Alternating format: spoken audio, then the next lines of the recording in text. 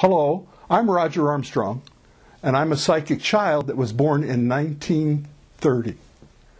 Now, in 1933, the Great Depression was still going on, and my mom was away from home a lot because she was out making money in bridge tournaments. She was an excellent bridge player, and so she was making money for our rent and for our food.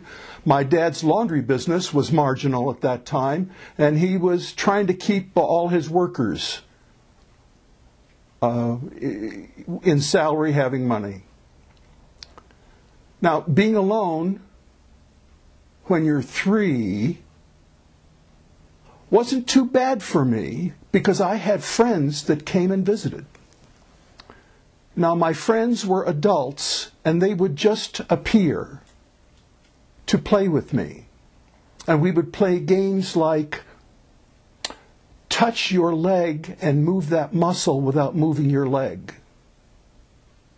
They would play games with me like stand on your leg like a bird and have your eye move around the shadow. They would play games with me like picture your truck moving across the room away from you. Now picture it coming towards you.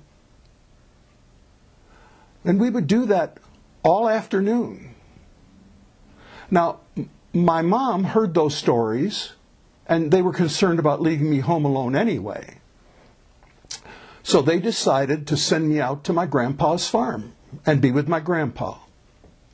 Now, my grandpa was an old country farmer from Finland. And so he was aware of the old myths and stories. So when I came out, we talked about everything, and he treated me as if I was an adult, and he would ask me questions. How do we do this? How do we do that? And we would work through the whole problem and problem solving. He said a lot of Finns had problems with their temper, because after all, we were Vikings, and we're from Viking blood, and it's Vikings that go berserk in battle. But they did learn, when they weren't in battle, to control their anger.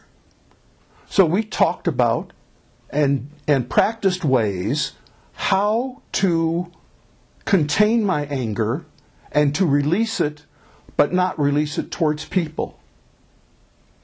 We also followed through with the games that my friends taught me. And one of the games that Grandpa had me do was to roll a ball on the path to the barn, and I would keep the ball rolling just with the power of my mind. And I could run all over the yard pushing the ball ahead of me without touching it. These were the kinds of things that we did. He also showed me, or taught me, how to lift things. And since I was little, and a lot of the things I had to lift were big, he said if I pictured them in my mind, if I saw a picture of them as being lighter, I would be able to lift them. And we talked about you have to be careful not to take all the weight off. Like if you're scooping manure in the barn, you certainly don't want the manure floating around. And we laughed and laughed and laughed about those kinds of stories. So everything you picked up needed to have weight, but it should be light enough that you could handle it easily. Later on, when I was older, and we would go to the feed mill, and I would, like I was 10 years old, and I would move 100-pound grains of sacks of grain, rather.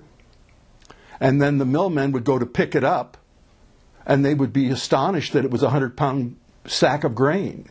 And they would say to my grandpa, "Oh, your grandson is so strong." And he would laugh, and he said, "Yes, he's a Viking turned farmer." Now, there were times that Grandpa had things to do and didn't want me underfoot. So he would have me go to the spring near his woods. He had 300 acres. Near his woods, And out of the hill, coming from several boulders, was a fresh, sweet water spring. And it had a basin of rocks, and in the basin, the surface was covered with watercress. Now, behind the hill, there was a fairy ring. Now, a fairy ring is a ring with mushrooms around the edges, clear inside the ring, except for several mounds of moss. And the moss grows on top of each other, so it's like a stool. And there's always a tall one and several shorter ones. And in the old myths, in many cultures, that's the place where the little people are. Now, I would go there and picture animals coming to teach me. And they would. And on the edge would be a fox, be mice, rabbits, squirrels. And they each in their turn would tell me things in pictures. And I would tell them my stories in pictures also.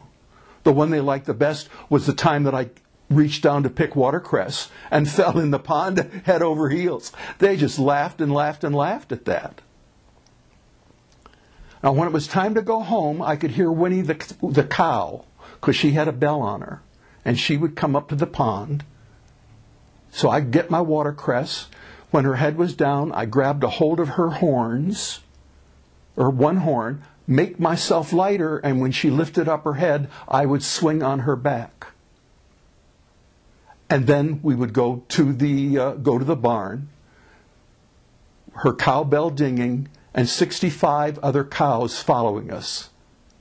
Several times I saw the fox watching. Those were the types of things that Grandpa had me do. And those were the experiences that I had as this psychic child. Now later on, I could do more things. But as it was, when we milked, I could feed all the cows, because he liked to feed them as they were being milked. I could talk to the cows with pictures, and we found out that when I talked with them, they gave more milk. So Grandpa encouraged me to walk around and picture to the cows. Those were good times. Those were good times. And I learned with my grandpa how to control my anger.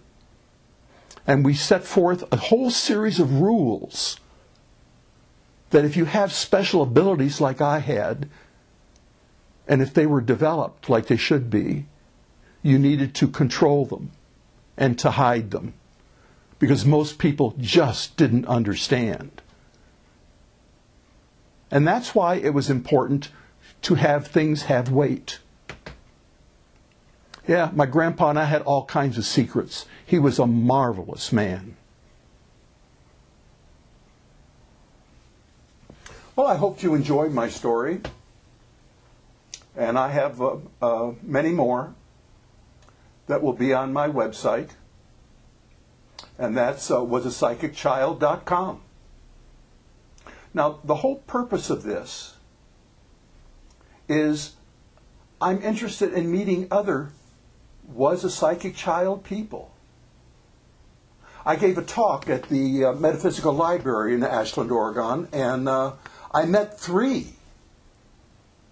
And in my whole life of 77 years before that, I only met 1. So we're out there. And I think it's a good time in the culture that we're all living in now that we tell our stories. And we help the new, young psychic children that are developing. So, write your story. It's bound to be a good one.